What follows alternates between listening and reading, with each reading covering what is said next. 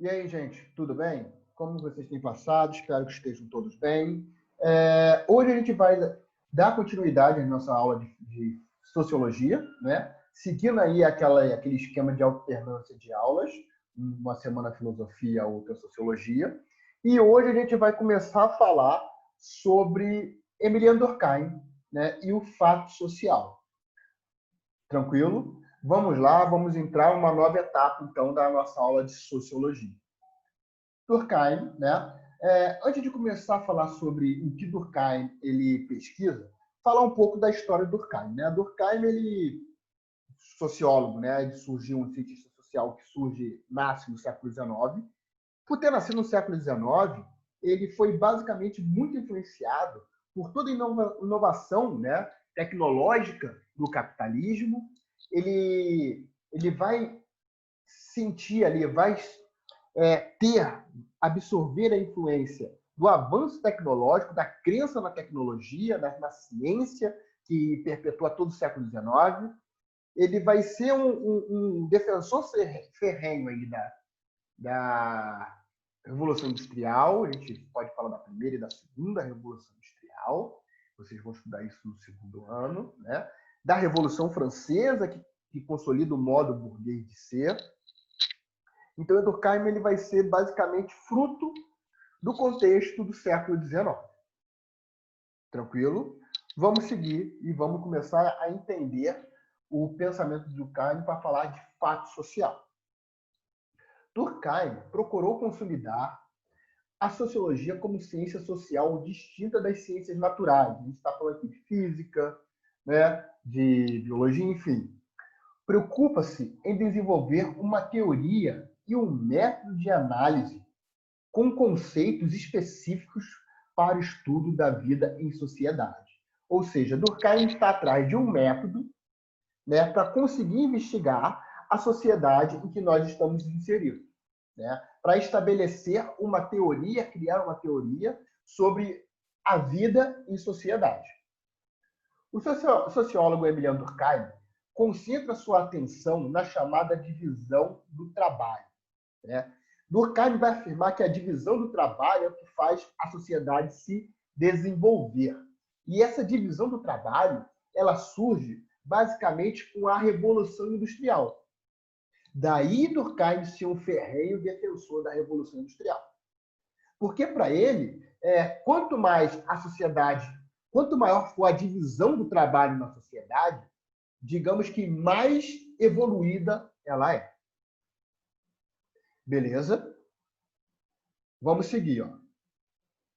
Durkheim concentra a sua atenção na chamada divisão do trabalho. Para Durkheim, toda a sociedade se caracteriza por algum tipo de divisão do trabalho, ou seja, ao longo do desenvolvimento das sociedades, os indivíduos tendem a se tornar cada vez mais diferentes dos outros. Em sociedades com menor divisão de trabalho, os indivíduos são mais semelhantes. Né? Vamos parar para pensar, vamos pegar um exemplo. Se a gente parar para pensar no trabalho medieval, né? No mundo medieval, era basicamente, dentro de um feudo, era basicamente, antes daí do renascimento comercial e urbano, a agricultura, o modo de trabalho. O servo ele trabalhava na agricultura, ora produzindo nas terras do senhor, ora produzindo nas suas terras. E se a gente pegar um feudo A e comparar com um feudo B, o modo de produção é basicamente o mesmo, não tem aí muita diferenciação de um feudo para o outro. Todo mundo trabalha na terra, o homem, a mulher, a criança, né, produzindo alimentos ali através da agricultura. Então não tem muita distinção, né, entre os diversos feudos que existem. Daí, Durkheim, a gente pode falar que em sociedades com menor divisão de trabalho, a galera é mais parecida, é mais semelhante. Por quê? O cara ele vai plantar, ele mesmo colhe e ele mesmo distribui. Ele tem ali uma logística de toda a linha de produção. Isso no feudo A, no feudo B, no feudo C. Então, é uma sociedade mais homogênea, mais semelhante. A partir do momento que a gente tem aí a Revolução Industrial e a divisão do trabalho, a gente começa a tecer teias mais complexas na sociedade.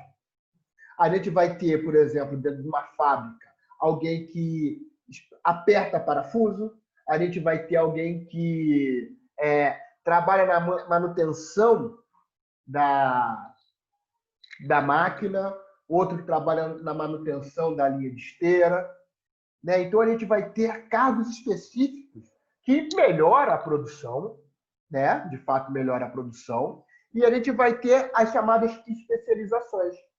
Ou seja, a sociedade vai ficando cada vez mais especializada em determinada coisa. O ser, o indivíduo fica especializado. Mas isso gera uma dependência maior. Né? A gente depende do cara que produz um outro produto para conseguir vender para a gente. Enfim, as teias sociais começam a se tornar mais complexas na sociedade com maior grau de divisão do trabalho.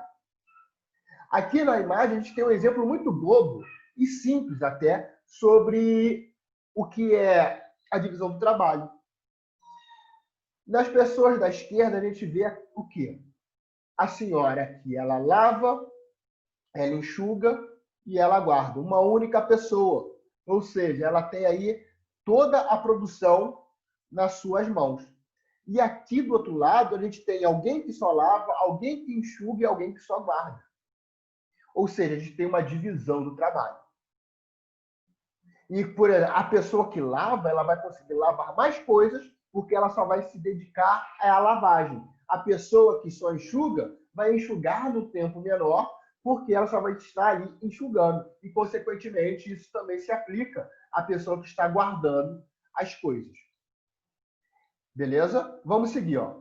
Para a sociologia, a divisão social é o que impulsiona, para o sociólogo, a divisão social é o que impulsiona o desenvolvimento da sociedade. Ao estudar a divisão do trabalho, Durkheim desenvolveu um outro conceito, o chamado fato social. Isso é um conceito chave para o entendimento aí da teoria de Durkheim. O autor entendia o fato social como uma coisa, um fenômeno tão apreensível quanto qualquer elemento físico ou biológico.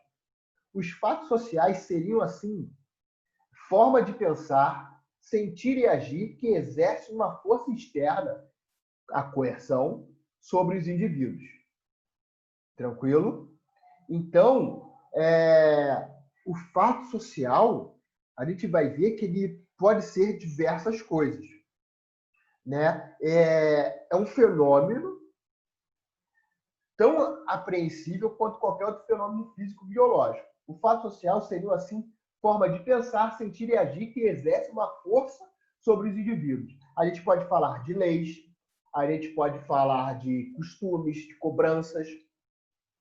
Tudo isso a gente pode entender como fato social. O autor considera o fato social um fenômeno que apresenta as seguintes características. Para ser considerado fato social, precisa ter uma generalidade, uma externalidade e uma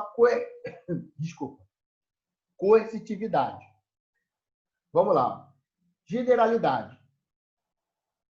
Uma generalidade que estivesse presente e fosse reconhecível em toda uma sociedade e grupo. Aí vamos aqui, ó. Tudo aquilo que é repetido em todos os indivíduos, que é comum em uma coletividade. Ou seja, tudo aquilo que se repete e se reproduz em todos os indivíduos em uma coletividade. Uma externalidade que fosse exterior às consequências sociais. Isso é, às consciências sociais. Isto é, que existe independente da vontade, dos anseios do indivíduo. Ó, o exterior aos indivíduos possui independência das vontades isoladas, assim como regras, leis, normas. Ou seja, como eu falei, o fato social, regras, leis, normas, cobranças. E uma coercitividade, ou seja, uma coercitividade externa aos indivíduos, moldando as vontades individuais e coletivas. Aqui é moldando, tá, gente? Aparece como força que os fatos exercem sobre os indivíduos. Apresentam-se sob forma de sensações, pressões sociais ou punições legais ou morais. Manifesta-se quando adotamos um idioma, uma moeda, aceitamos costumes de uma religião. Beleza? Então, esses são os pontos, esses 3 pontos. A generalidade, a externalidade e a coercitividade são os pontos para ser considerado um fato social. Fato social, objeto de estudo do sociólogo Emiliano Durkheim, toda maneira de ser, pensar e agir que é exterior ao indivíduo. Apresenta-se generalizada na coletividade e exerce sobre ele coerção. Seria a realidade dos indivíduos composta de regras, leis, costumes e rituais. Beleza? Esse aqui é o ponto central, né, do pensamento durkheimiano, o fato social. São exemplos de fatos sociais o direito, a educação, a divisão do trabalho, as crenças religiosas, políticas, o esporte. A gente pode pegar aí um exemplo qualquer, vamos lá, o futebol, para falar de esportes, né? O futebol é um fato social. Ele existe independente da minha vontade. Ele tem regras que eu aceito como normas quando pratico esse esporte. E ele exerce, né, uma grande influência em diversas pessoas no Brasil. Né? Muitos brasileiros sonham em ser, sei lá, jogador de futebol.